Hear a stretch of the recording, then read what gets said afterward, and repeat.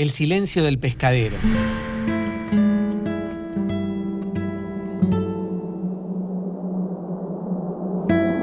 El despertador sonó a las 7 de la mañana, como todos los días.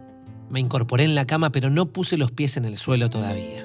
Con mi hermano dormíamos en camas cuchetas y él ocupaba la de arriba. Mejor esperar para asegurarme de que sus pies tocaran el suelo antes de asomarme yo. En alguna ocasión me había pasado eso de que se lanzara al piso desde su cama y se topara conmigo en el camino. Había sido como chocar con un tren, o como si me lloviera un oso desde el cielo. Cuando lo escuché aterrizar contra el piso y supe que mi esqueleto estaba a salvo, me levanté restregándome los ojos. Tocaba ahora la carrera entre los dos, por el pasillo, para ganar el baño. Perder esa batalla significaba que todo lo que venía después se demoraba y se llenaba de urgencias. Desayunar atragantándome, vestirme a los apurones, treparme al estribo del colectivo, llegar a la escuela después del primer timbre, que el portero hubiese cerrado la puerta y que me pusieran media falta. Pero ese viernes, porque era un viernes, todo lo que pasó distinto. Apenas habíamos llegado a agazaparnos, mi hermano y yo, para emprender la carrera hacia el baño, cuando mi mamá llegó desde la cocina con la radio portátil en la mano al grito de ¡Tomamos las Malvinas! ¡Tomamos las Malvinas! Era tal el escándalo que metía la mezcla entre nuestras preguntas, las respuestas de mi mamá y los comentarios de los locutores de la radio, que mi hermana, que tenía el sueño pesadísimo y se podía levantar un rato más tarde, emergió de su habitación con una expresión de sorpresa que no le cabía en el rostro y hubo que explicarle a los tropezones todo eso que estaba pasando y que, de tan extraño, no nos cabía en la cabeza. Comunicado de la Junta Militar. La Junta Militar, como órgano supremo del Estado, comunica al pueblo de la nación argentina que hoy la República, por intermedio de sus Fuerzas Armadas, mediante la concreción exitosa de una operación conjunta. Desayunamos en silencio, con la radio en el centro de la mesa, escuchando que el Estado Mayor Conjunto de las Fuerzas Armadas y bla, bla, bla, en una operación de ejecución perfecta y bla, bla, bla, en la que no habían sufrido ni un rasguño los habitantes de las islas ni los soldados británicos apostados en ellas y bla, bla, bla.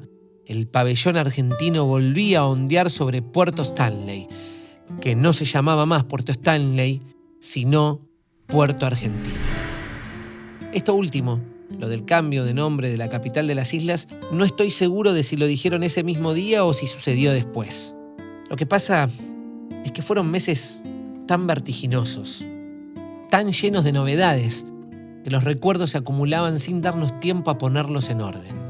Esa misma mañana, de hecho, la escuela era un caos feliz en el que nadie daba órdenes ni nadie estaba dispuesto a obedecerlas. Nadie escuchó, porque nadie tocó, el primer timbre de las 7:40. Y nadie supo en qué momento el portero cerró la puerta, porque los ojos de todos se fueron sobre la figura imponente del rector del colegio, que con su voz estentoria nos dirigió un discurso cargado de patriotismo, orgullo y reivindicaciones soberanas. La vida, el mundo, los demás están permanentemente enviándonos señales. Son muchas, son confusas y son contradictorias. A veces somos medianamente capaces de ordenarlas y formarnos una visión de conjunto. Encontrar un sentido a ese fárrago de estímulos. Otras veces no. No sé cuál es la causa de que a veces se nos escape el sentido de lo que está pasando. En mis días buenos, lo atribuyo a la inocencia. En mis días malos, a la estupidez. El asunto es que desde el 2 de abril nos metimos en un tobogán de emociones, de información, de expectativas. ¿De miedo? No. Todavía no había lugar para el miedo. Vivíamos en una algarabía patriótica que nos ponía a salvo de todo. Éramos unos genios. El mundo nos admiraba y el corazón no nos entraba en el pecho de puro orgullo. Te lo decía la tele, te lo repetía la radio, te lo confirmaban los diarios. Y lo mismo pasaba con la gente en la calle, tus amigos en el barrio, tus profesores en la escuela. Era un milagro.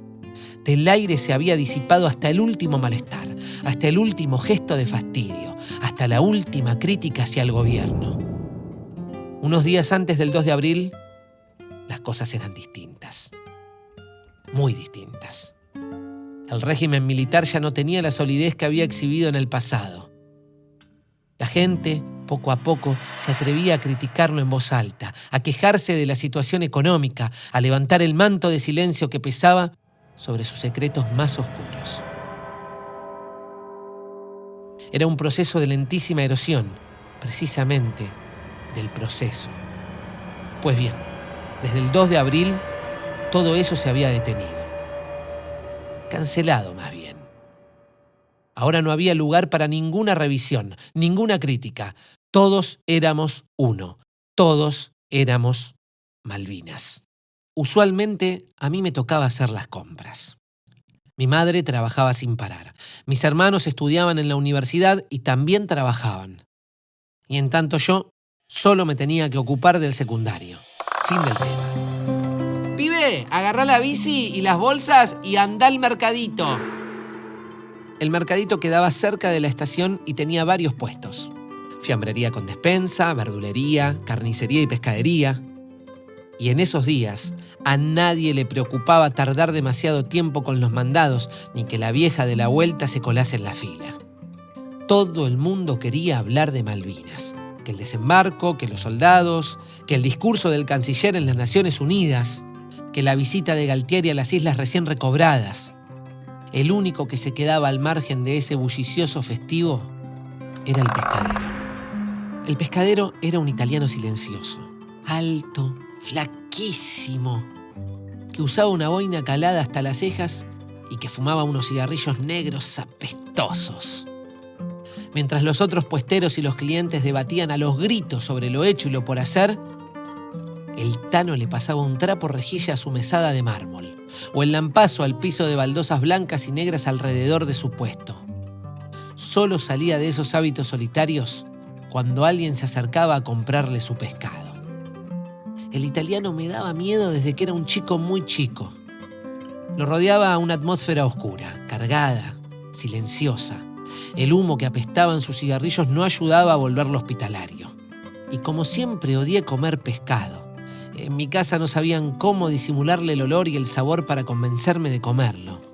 Ese rincón oscuro del mercadito, oscuro porque quedaba lejos de la puerta, no tenía ventanas y apenas lo iluminaba una lamparita que colgaba de su cable, era para mí lo más parecido a una mansión embrujada. Cuando me mandaban a comprarle, intentaba que la experiencia fuese lo más rápida posible. El Tano hablaba un castellano difícil. Me costaba entenderlo y me daba miedo hacerlo enojar si lo obligaba a repetir el precio del kilo de brótola. En esos días estrambóticos, el contraste que el pescadero hacía con su entorno era más notable que nunca. Sombrío mientras todos irradiaban la luz del patriotismo. Silencioso mientras todos se aturdían unos a otros con opiniones, análisis y pronósticos. No sé por qué me intranquilizaba tanto verlo al margen, como si su incapacidad de encajar en la algarabía general fuese algo hecho a propósito. Eso, mi sensación era que el italiano no estaba al margen de lo que sucedía en la Argentina en esos días desquiciados por simple casualidad, o por su modo solitario de ser. Nada que ver. Era algo diferente. Como si hacerse a un lado, aislarse, fuera una manera de establecer una posición que quedaba en las antípodas de la nuestra. Un par de semanas después del 2 de abril, me tocó comprarle filet de merluza. El entusiasmo enloquecido de los primeros días seguía vigente, como seguiría casi hasta el día de la rendición, el 14 de junio. Pero estaba cambiando de dirección. Ya no hacía centro en la alegría desbordada de haber recuperado las islas. Ahora, todos éramos expertos en diplomacia mundial, en relaciones internacionales y en estrategia global. Analizábamos cómo iba a votar cada país en las Naciones Unidas, qué alianzas podía tejer el gobierno militar con la OEA, de qué modo Galtieri podría convencer a Alexander Haig para que a su vez convenciera a Reagan, para que a su vez convenciera a Thatcher. El miedo seguía ausente de nuestras conciencias. No sé cómo me atreví. Ni siquiera recuerdo del todo qué palabras usé. Lo cierto es que de repente me encontré, mientras el pescadero me envolvía el kilo de filet de merluza en papel de diario, preguntándole por qué no decía nada, por qué no participaba de la charla, por qué nos miraba siempre como desde afuera de todo. Me miró fijo antes de hablar, como si le costase decidirse. Al final me dijo: yo peleé contra los ingleses. Van a venir. Van a pelear. Ustedes van a perder. Un montón de muchachos se van a morir. Eso fue todo. Han pasado 40 años, pero así fue como lo dijo. 5 oraciones breves y directas como disparos. Después me tendió el paquete, me cobró y me dio el cambio. Al llegar a casa me apresuré a buscar en la enciclopedia Salvat y sí, era posible que el pescadero hubiese peleado contra los ingleses en la Segunda Guerra Mundial. Leer acerca de eso me confundió, porque yo me había acostumbrado a pensar esa guerra en términos de aliados contra nazis, y uno no tenía tan presente que los italianos hubiesen participado. Hablaría mejor de mí, de mi inteligencia, de mi perspicacia, de mi sensibilidad, si dijese que esa breve conversación con el pescadero me abrió los ojos, me permitió ver las cosas de otro modo, me hizo tomar distancia de ese patrioterismo ridículo que había brotado a mi alrededor y se alimentaba todos los días de la ingenuidad general. Pero no diría la verdad. La conversación con el pescadero me inquietó, me enturbió la mañana, pero no tuvo en mi ánimo el peso suficiente como para vencer la inercia. Seguí inmerso en la danza enceguecida que todos bailaban a mi alrededor. El 1 de mayo empezaron los combates. Nos dijeron que estábamos ganando y decidimos creerlo. Nos dijeron que nuestros soldados estaban bien y también lo aceptamos. Nos dijeron que más temprano que tarde los británicos entenderían el tamaño de su error y aceptarían sentarse a negociar y a devolvernos definitivamente las islas. Y también nos convencimos de que era cierto. Lo decían en la tele, lo repetían en la radio, lo confirmaban en los diarios. Y nosotros lo reproducíamos en el barrio, en los recreos, en la calle y en donde fuera necesario. Ahora éramos expertos en neutralización de operaciones de desembarco, en artillería antiaérea y en lanzamiento de misiles Exocet sobre barcos enemigos. Y seguíamos sin experimentar el miedo. Mientras todos compartiésemos ese entusiasmo, no corríamos peligro. Total, desde donde estábamos no escuchábamos estallar las bombas, ni podíamos tomar dimensiones de la soledad ni del frío.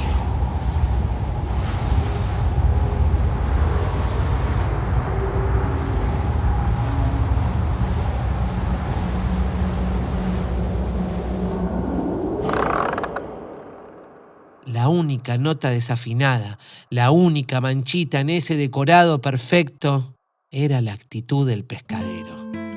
Sus ojos bajos, la nube de humo de tabaco negro, su cabeza moviéndose ligeramente de derecha a izquierda, como negando apenitas cuando la diatriba que soltaba algún colega o alguna clienta conseguía sacarlo de quicio. Pero ni una palabra. Nada. Yo soñaba con llegar al mercadito un día cualquiera, atar la bici a la luz de mercurio, entrar con las bolsas en la mano y que el puesto del pescadero estuviera cerrado. Para no verlo, para que su actitud de permanecer al margen no me enturbiase el ánimo ni las expectativas. Pero el pescadero estaba ahí, pasando el lampazo o limpiando sobre limpio su mesada de mármol con el trapo rejilla embebido en lavandina. Si el pescadero no dijo nada, cuando todos a su alrededor se llenaban la boca con la patria y la victoria, tampoco emitió una palabra cuando el 14 de junio llegó la rendición, y a su alrededor cambió el viento, y todos empezaron a vociferar su bronca, su humillación y su sorpresa. Nada de «yo sabía», nada de «se lo dije», nada de «deberían haberse dado cuenta». Nada de eso. Nada de nada. Siguió despachando pescado, envolviéndolo en papel de diario y cobrándolo en silencio. Varias veces pensé en decirle algo yo, en darle a entender, si era capaz de encontrar las palabras adecuadas, que tenía derecho a decirnos que él había tenido razón, que habíamos sido unos ingenuos, que habíamos sido incapaces de medir la guerra con la única vara que importaba, que era la del dolor de los soldados a los que les había tocado pelearla, que habíamos sido incapaces de advertir el tamaño de la manipulación de la que habíamos sido objeto, porque todo había sido un montaje para ocultar lo que a esas alturas ya no había manera de ocultar. Pero no fui capaz. Nunca encontré el modo. Eso sí, jamás me olvidé del pescadero ni de su lección silenciosa. Todavía hoy, 40 años después, desde su puesto oscuro, al fondo del mercadito, sigue alzando apenas los ojos hacia mí, un poco por debajo de su boina, emergiendo como un espectro adusto por entre su nube de tabaco negro. Vuelve a sostenerme la mirada y a advertirme, en pocas palabras, que tenga cuidado, que el fanatismo es un yuyo que crece fácil apenas uno se descuida, y que por eso hay que tener la cabeza fría y bien dispuesta a parar la oreja y escuchar lo que apenas se escucha detrás de lo que algunos vociferan. Y los ojos bien abiertos para ver en la penumbra lo que, a primera vista, no se ve, porque te encandilan las luces rutilantes de escenografías dichosas y falsas. Debe ser por eso que cada vez que me topo con alguien que me habla desde el pedestal de su fanatismo, yo miro un poco más allá para que no me aturdan ni me encandilen. Y ahí sigue el pescadero, pasando el lampazo y limpiando con el trapo rejilla, en silencio, la mesada de mármol.